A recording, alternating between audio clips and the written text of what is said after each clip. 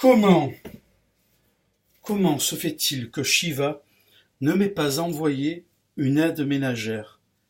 Non pas que je rechigne à faire le ménage, puisque mon épouse et moi, nous nous partageons les tâches ménagères. Elle à 90% et moi bien sûr aux 10% qui restent. Non, c'est pas ça. C'est que je suis de corvée de ménage toute la semaine. Alors pourquoi? Figurez-vous que l'autre fois, je buvais mon café Nespresso dans notre cuisine Ixina. Mon épouse m'embrasse, elle me dit je vais aller faire popo. Heureusement qu'elle ne m'a pas dit je vais aller faire, enfin je vous laisse deviner, car ça aurait cassé l'image érotico-sensuelle que j'ai de ces délicieuses fesses. Non, c'est pas ça du tout. Figurez-vous que je pars donc à la radio, je ferme ma porte, arrêt fenêtre, j'enclenche mon alarme, vérissure, et là, ô stupeur, je me retourne, que vois-je? Notre Renault Zoé garé sous un arbre avec au-dessus une nuée d'oiseaux qui l'avait sali. Comment? Comment se fait-il que Renault n'ait pas inventé un véhicule qui se nettoie tout seul? Comment se fait-il qu'à la rigueur, Renault ne m'ait pas offert une Zoé toute neuve? Donc j'appelle mon épouse pour lui dire, écoute ma chérie, tu aurais dû garer notre véhicule dans le garage qui ferme avec une porte automatique Somfy. Là, elle me raccroche au nez. Comment d'ailleurs se fait-il que Bouygues Télécom ait laissé faire une chose pareille?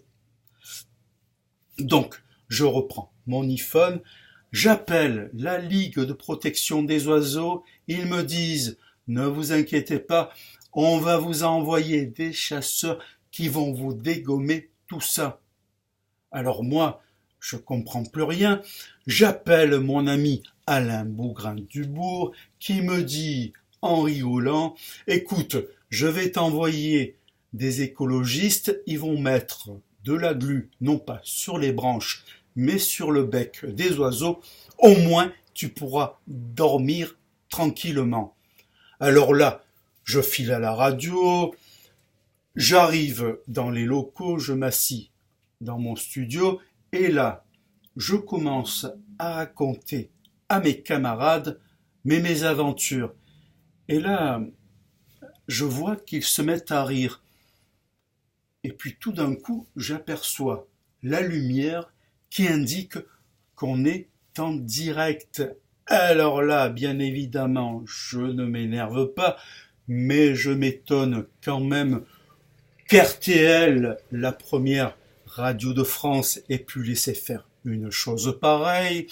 Je m'étonne aussi qu'Interflora n'ait pas envoyé immédiatement un joli bouquet de roses à mon épouse. Donc finalement, l'émission démarre et là, devinez quel est le premier cas? Eh bien, c'est mon épouse. Elle commence à raconter que je passe 30 minutes aux toilettes, que, au lieu de lire mon roman SAS, je ne fais que regarder la couverture avec la jeune fille dessus, que je prends son peignoir pour ne pas avoir froid et je le pose sur mes cuisses, que je ne tire jamais la chasse, que je n'utilise jamais de papier toilette, que je vais sous la douche pour me laver les fesses pour économiser de l'eau. Alors moi, bien sûr, je suis dans la stupeur la plus totale, même si j'arrive un peu à rire, mais le comble. Elle raconte que je vais au cabinet de toilette avec un bonnet sur la tête. Impensable. Bon, allez, je vais aller passer l'aspirateur.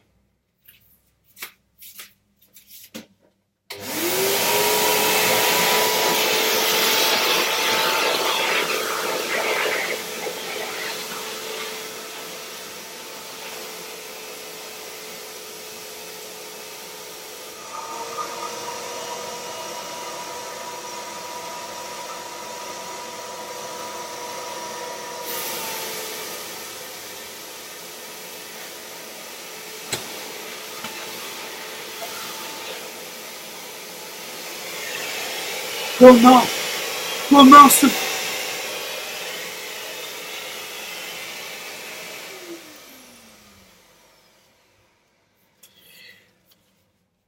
comment se fait-il que Dyson ne m'ait pas offert un robot aspirateur?